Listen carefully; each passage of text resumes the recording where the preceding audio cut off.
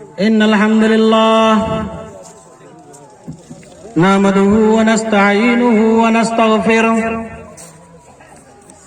ونعوذ بالله من شرور أنفسنا ومن سيئات أعمالنا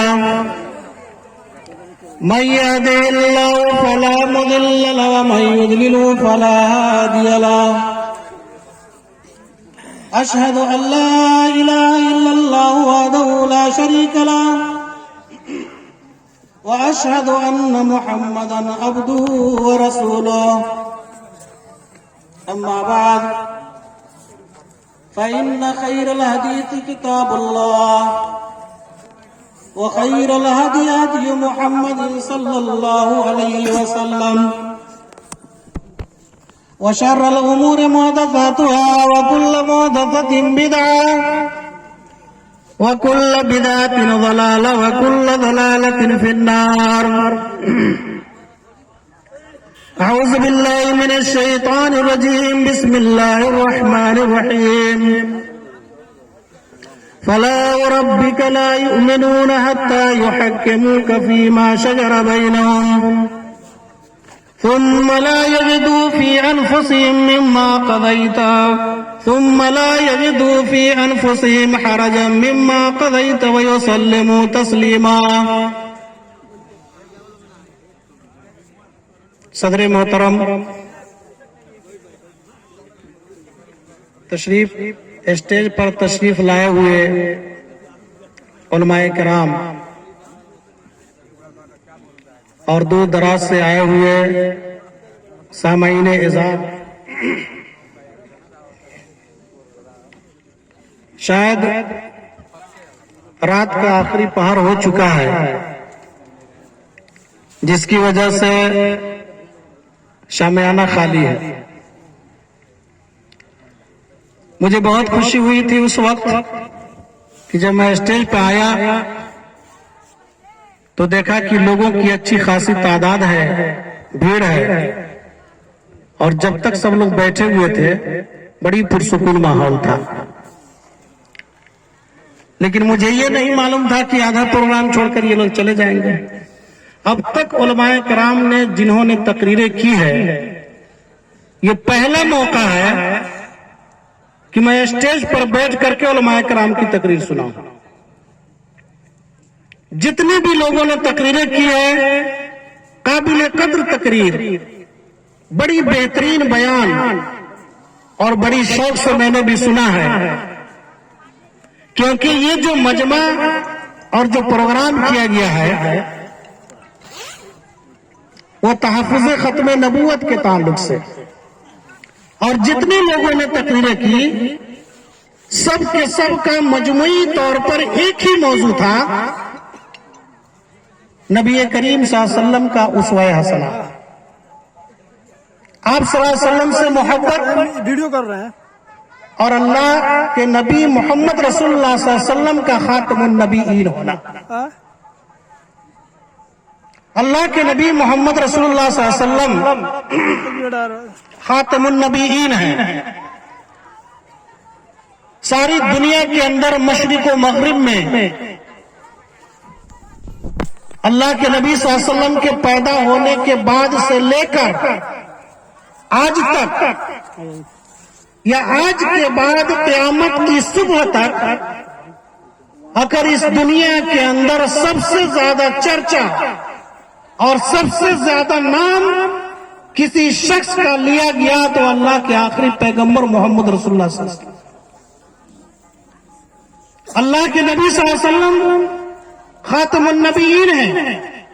نبی اکرم صلی اللہ علیہ وسلم سید الانبیاء ہیں. سید الانبیاء ہونے کے ساتھ ساتھ نبی کریم صلی اللہ علیہ وسلم امام الانبیاء بھی ہیں. اور یہی سب باتیں گھوم گھوم کر کے تمام علماء کرام کے بیان میں آئے ہیں. ذرا یہ سمجھنا پڑے گا کہ وہ کون سی حیثیت اور شخصیت ہے جس کا چرچا دنیا کے اندر اتنا زیادہ ہے.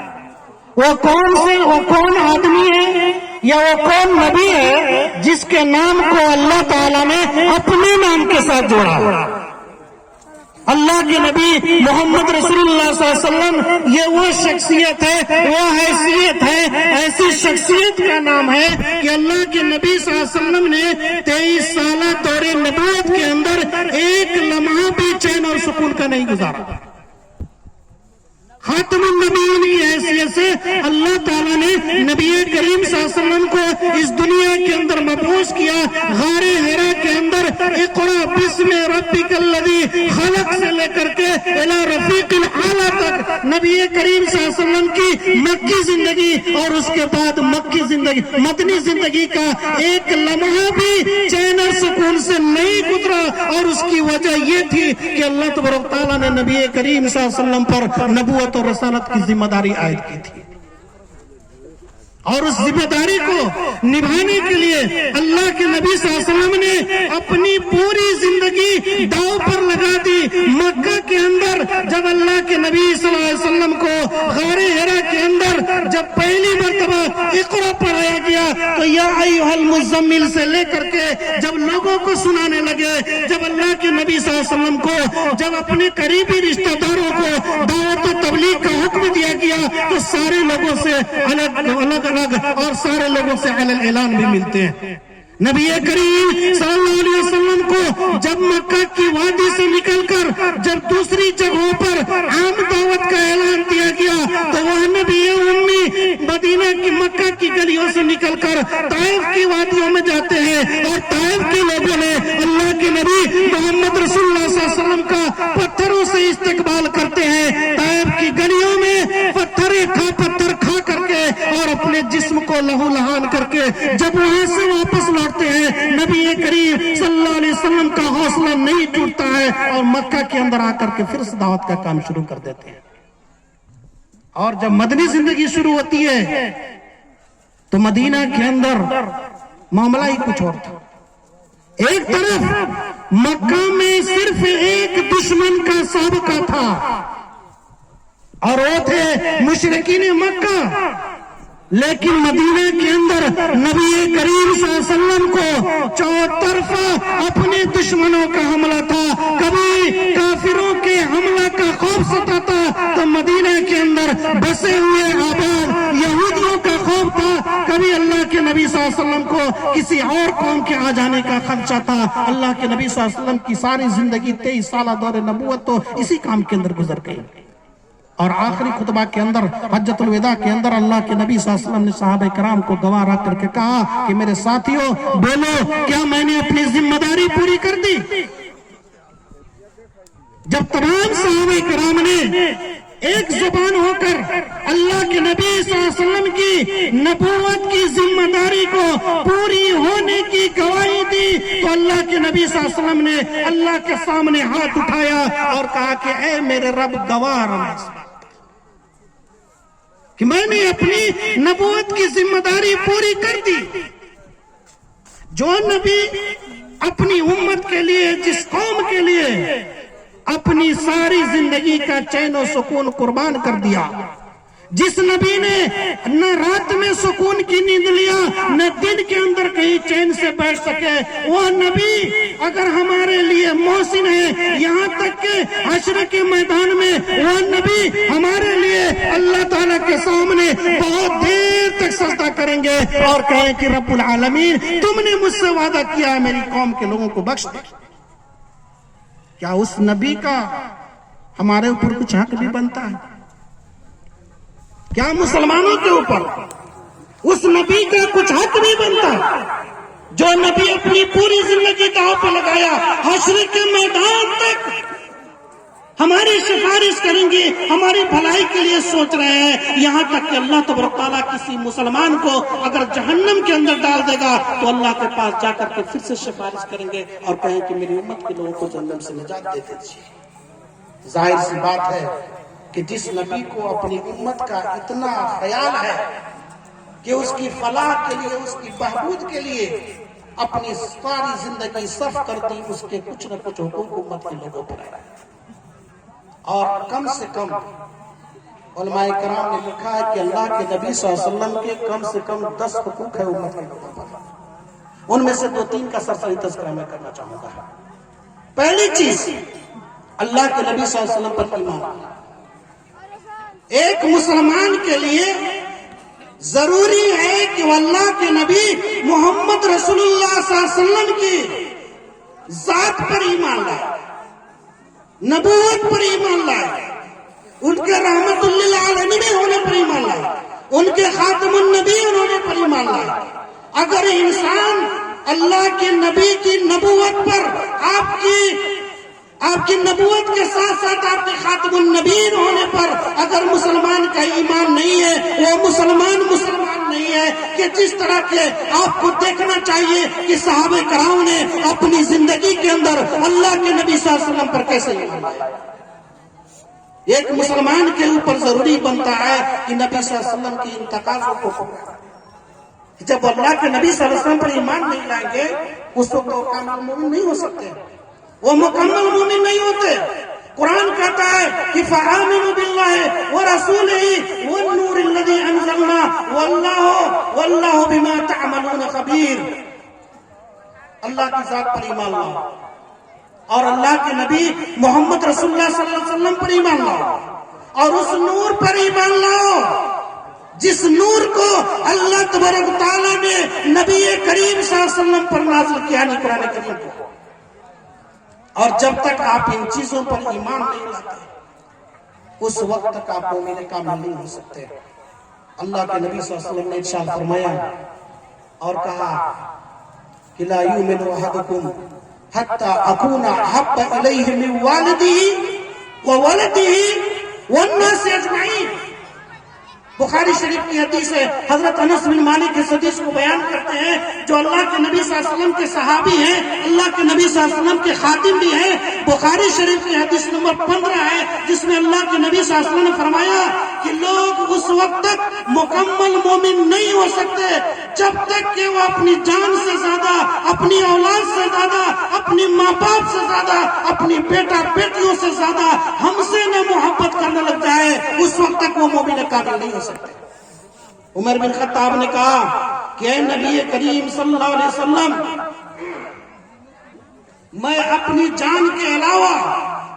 دنیا کی تمام چیزوں سے زیادہ میں آپ سے محبت کرتا ہوں۔ اللہ کے نبی صلی اللہ علیہ وسلم نے کہا کہ عمر تم کامل مومن نہیں ہو۔ عمر بن خطاب نے کہا کہ میں اپنے جان سے کے علاوہ دنیا کی تمام چیزوں سے زیادہ آپ سے محبت کرتا ہوں۔ اللہ کے نبی نے کہا کہ اے عمر تو کامل مسلمان نہیں ہے جب تک کہ تم اپنی جان سے بھی زیادہ مجھ سے محبت نہ کرنے لگ جاؤ اس وقت تک تمہارا ایمان مکمل نہیں ہے۔ تب عمر بن خطاب نے کہا کہ اللہ کے نبی صلی اللہ علیہ وسلم، میں دنیا کی تمام چیزوں سے بڑھ کر یہاں تک کہ اپنی جان سے بھی بڑھ کر میں آپ سے محبت کرتا ہوں۔ تو اللہ کے نبی صلی اللہ علیہ وسلم نے کہا کہ عمر اب بات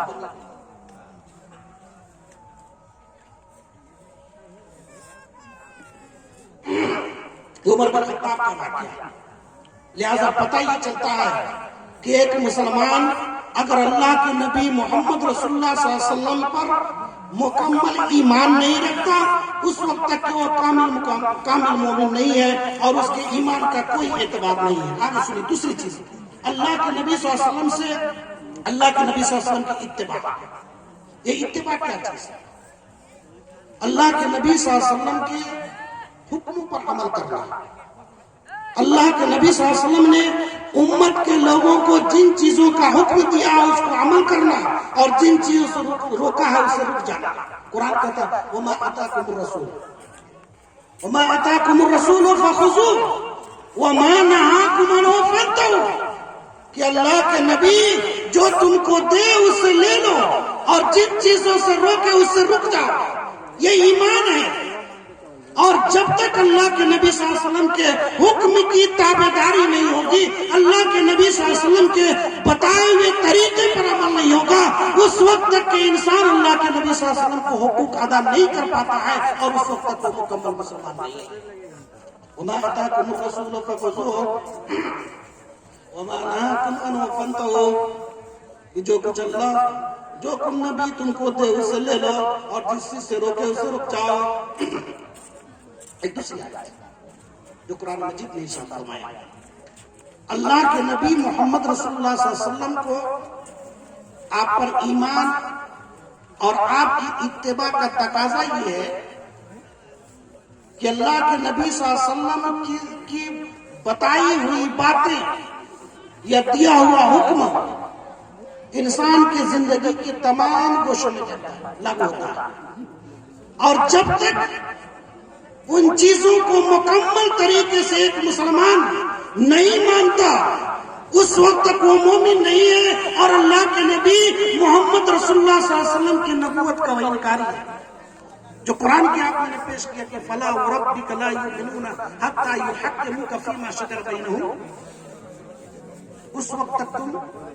مومن نہیں ہو سکتے جب تک کہ اللہ کے نبی محمد رسول اللہ صلی اللہ علیہ وسلم کے تمام فیصلوں کو تم صحیح نہ مانو، اور ماننے کے بعد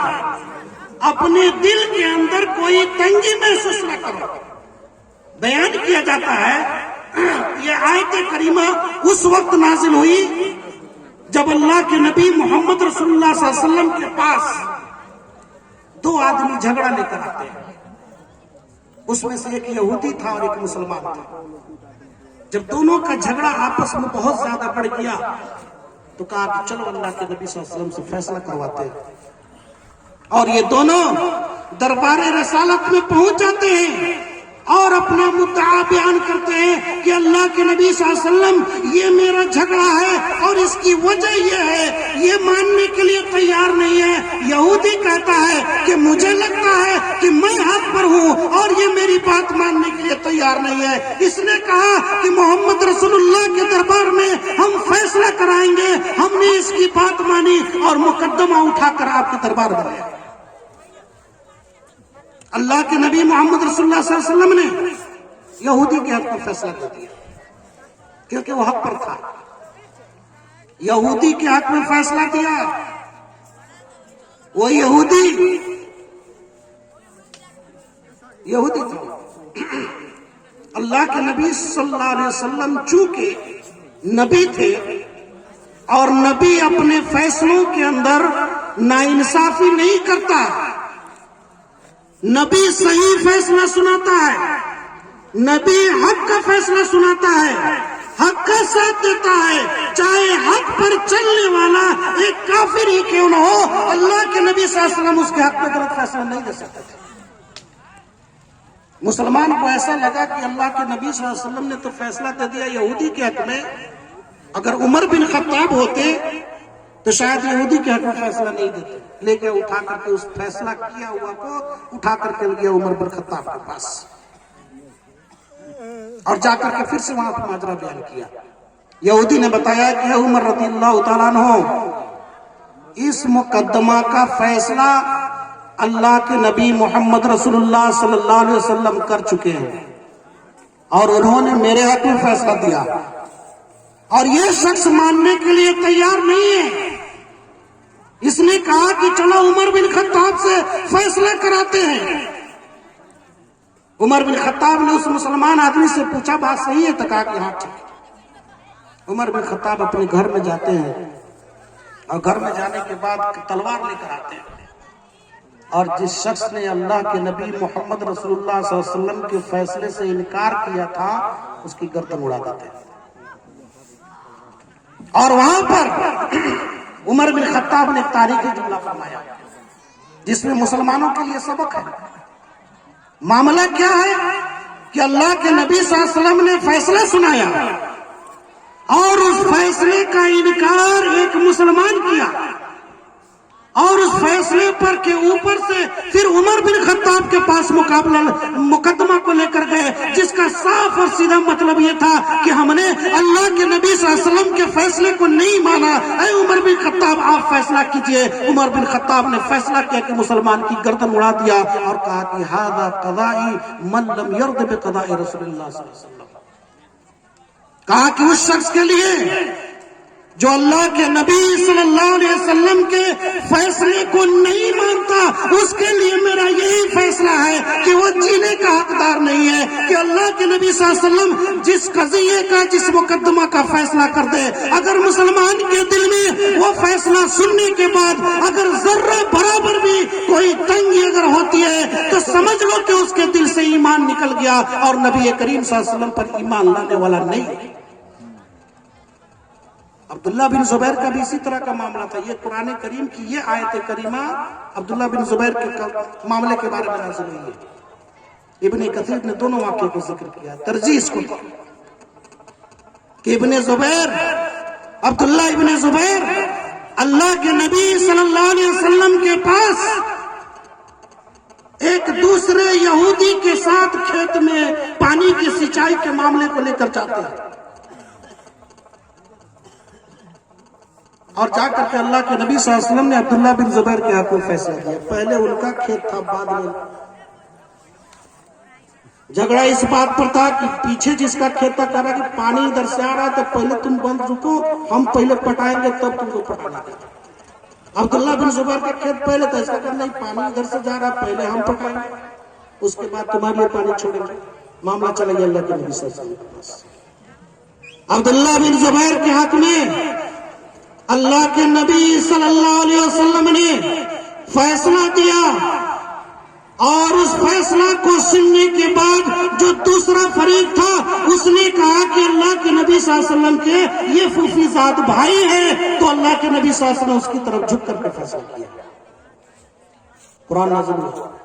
فَلَا وَرَبِّكَ لَا يُؤْمِنُونَ حَتَّى يُحَكِّمُوكَ فِي مَا شَجَرَ بَيْنَهُمْ ثُمَّ لَا يَجِدُوا فِي أَنفُسِهِمْ حَرَجًا مِّمَّا قَضَيْتَ وَيُسَلِّمُوا تَسْلِيمًا۔ اے مسلمانوں، اللہ کے نبی صلی اللہ علیہ وسلم جب تمہارے حق میں کسی معاملے کا فیصلہ کر دے تو اس کو تم کھلے دل سے مانو۔ اگر تھوڑی سی بھی تنگی محسوس ہوتی ہے دل میں تو تمہارے دل سے ایمان نکل گیا۔ اللہ کے نبی صلی اللہ علیہ وسلم کی اتباع اور محبت ختم۔ اور اسی طرح سے بہت سی ایسی آیات اور احادیث اللہ کے نبی محمد رسول اللہ صلی اللہ علیہ وسلم کی محبت کے تعلق سے، جو میرا موضوع تھا کہ محبت رسول کے تقاضے کے تحت سے، تقاضا تو میں بعد میں بیان کروں گا، اللہ کے نبی صلی اللہ علیہ وسلم سے محبت اور اللہ کے نبی صلی اللہ علیہ وسلم پر ایمان لانا، اللہ کے نبی صلی اللہ علیہ وسلم کی اتباع کرنا۔ ایک آیت ہم اور پڑھتے ہیں قرآن کریم کے، لَقَدْ كَانَ لَكُمْ فِي رَسُولِ اللَّهِ أُسْوَةٌ حَسَنَةٌ۔ مومن کی زندگی میں اللہ کے نبی صلی اللہ علیہ وسلم ایک آئیڈیل ہے، اور اللہ کے نبی صلی اللہ علیہ وسلم کی زندگی ایک مومن کے لیے بطور نمونہ ہے۔ نمونہ کے طور پر اللہ کے نبی صلی اللہ علیہ وسلم کی زندگی سے ہمیں روشنی ملتی ہے۔ اگر ہماری زندگی اور ہماری زندگی کے اندر ہونے والے اعمال ہمارے اللہ کے نبی صلی اللہ علیہ وسلم کے سنت کے مطابق اور اس کے نقش قدم پر اگر ہم نہیں چل کر کے کرتے ہیں تو ہمارے دل کے اندر ایمان نہیں ہے، ہم اللہ کے نبی صلی اللہ علیہ وسلم کی اتباع کرنے والے نہیں ہیں، ہم اللہ کے نبی صلی اللہ علیہ وسلم سے محبت کرنے والے نہیں ہیں، بلکہ اللہ کے نبی محمد رسول اللہ صلی اللہ علیہ وسلم کی اتباع اور آپ پر ایمان اور آپ کی محبت کا تقاضا یہ ہے کہ اپنی زندگی کے روز و شب و روز اور اس کے علاوہ ساری زندگی اللہ کے نبی محمد رسول اللہ صلی اللہ علیہ وسلم کے تابع کرتے ہیں،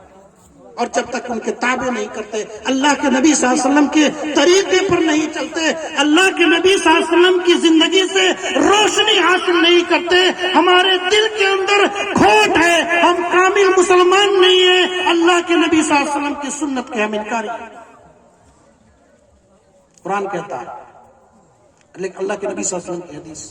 ایک حدیث، کل امتی یدخلون الجنہ الا من ابا۔ اللہ کے نبی صلی اللہ علیہ وسلم نے کہا کہ میرے امت کے تمام لوگ جنت میں داخل ہیں، کسی کا استثناء نہیں ہے، امت کے تمام فرد کا ذکر،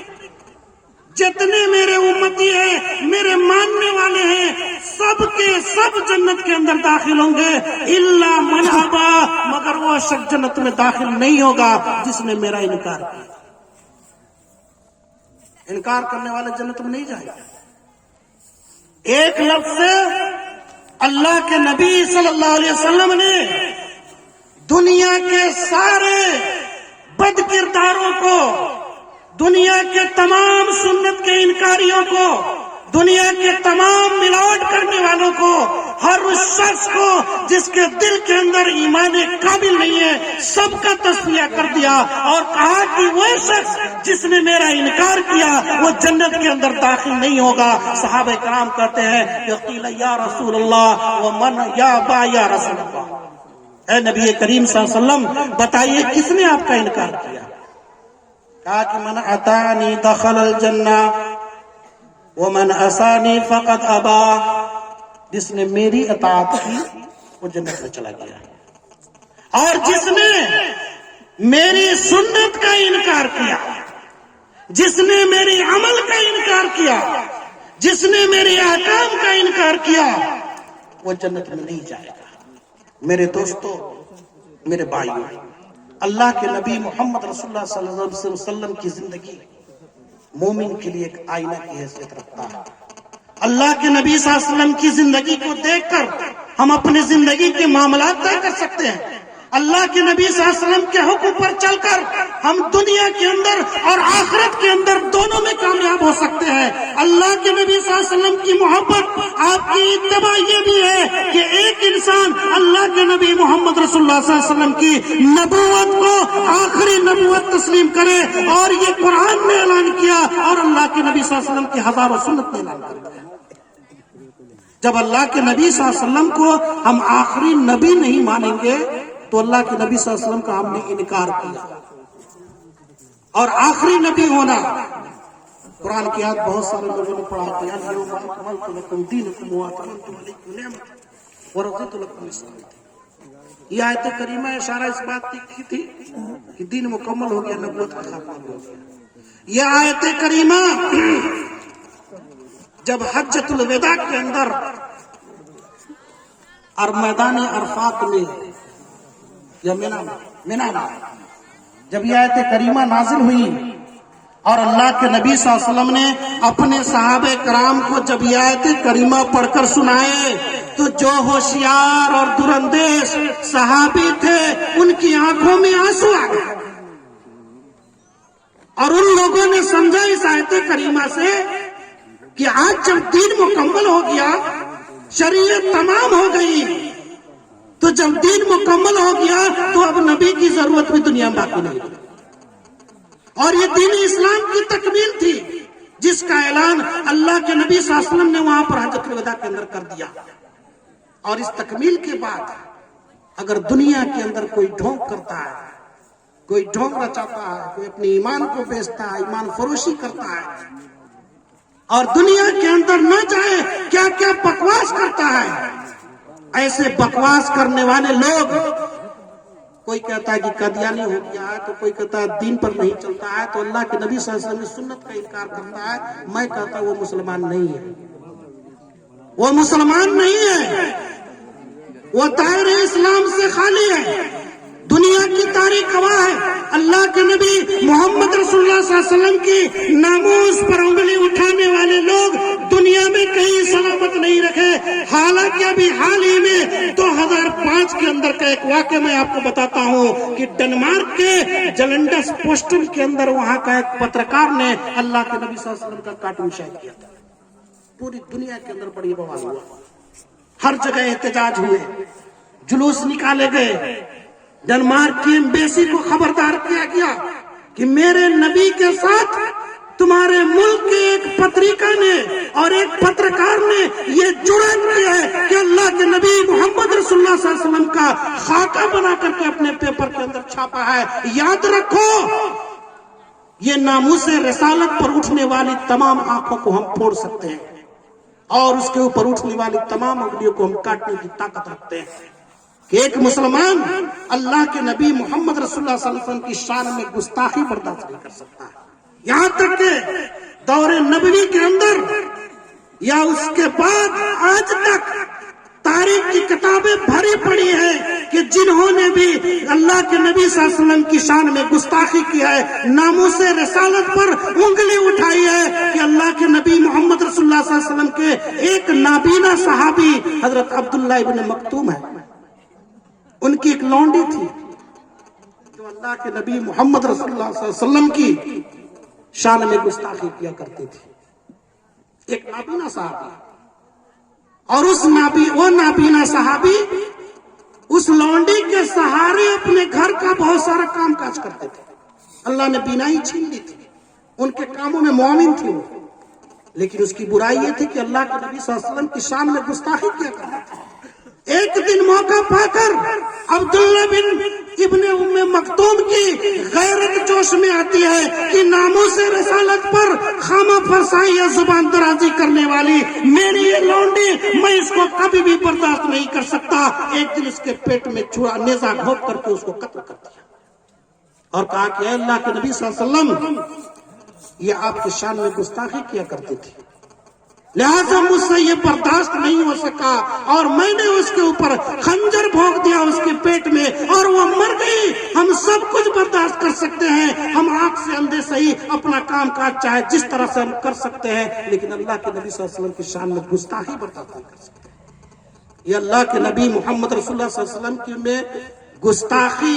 جب اتنی بڑی سزا ہے، اللہ کے نبی نے کتنے گستاخان نبی کو اپنی زندگی کے اندر کہا کہ جا کر کے اس کو قتل کر کے آؤ۔ کعب بن اشرف مدینہ کا یہودیوں کا سرگنا تھا، منافق کا یہودیوں کا سرگنا تھا۔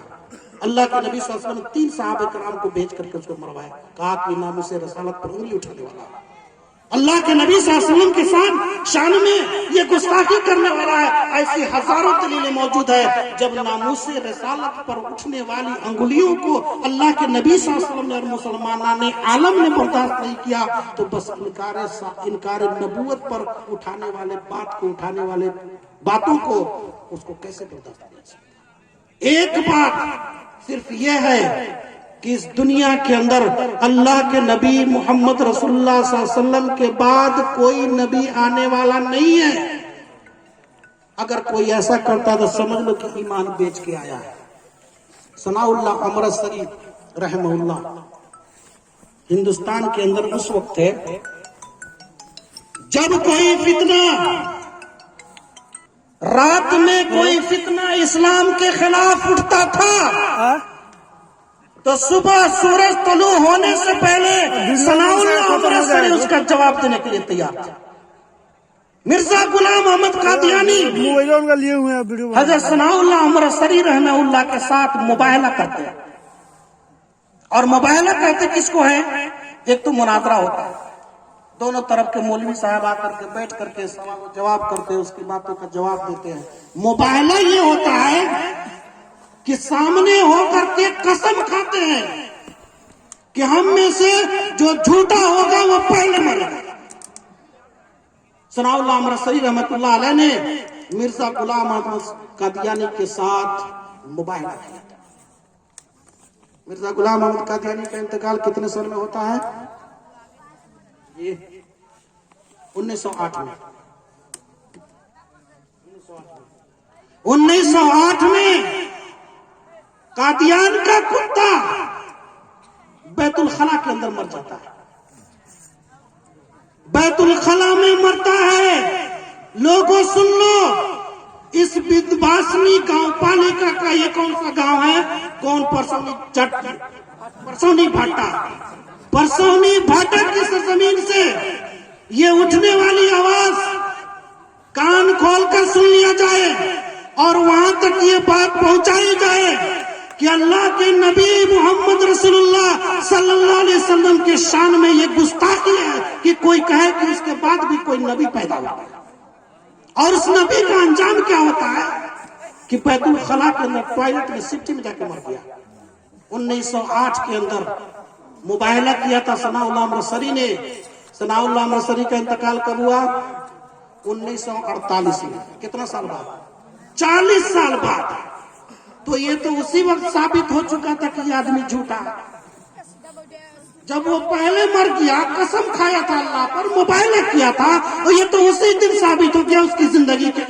کہ یہ جھوٹا ہے، اس کی جھوٹی باتوں میں کیا لینا۔ آج کوئی اگر قادیانیت کو قبول کر لیتا ہے، ہم سیدھی سی بات جانتے ہیں وہ اپنی قادیانیت کو قبول نہیں کیا، وہ ایمان کو اپنے بیچ کر کے وہ مرتد ہو گیا، وہ دائرہ اسلام سے نکل گیا اور پیسوں کی لالچ میں اپنے ایمان کو بیچا ہے۔ ایمان بیچنے کے سوا کچھ بھی نہیں ہے۔ ایسے لوگ دائرہ اسلام سے خالی ہیں، خارج ہیں، نہ ان کی عورتوں سے، نہ ان کے بیٹوں سے شادی کی جا سکتی ہے، نہ اس کے ساتھ کوئی ایسے راہ و رسم رکھے جا سکتے ہیں جو مسلمانوں کے ساتھ رکھے جاتے ہیں۔ اللہ تعالی ہمیں توفیق عطا فرمائے، ان چیزوں کو ہم سمجھیں اور اس سے دور رہنے کی کوشش کریں۔ وصلی اللہ علی نبینا محمد وعلی آلہ وصحبہ اجمعین۔ السلام علیکم ورحمۃ اللہ وبرکاتہ۔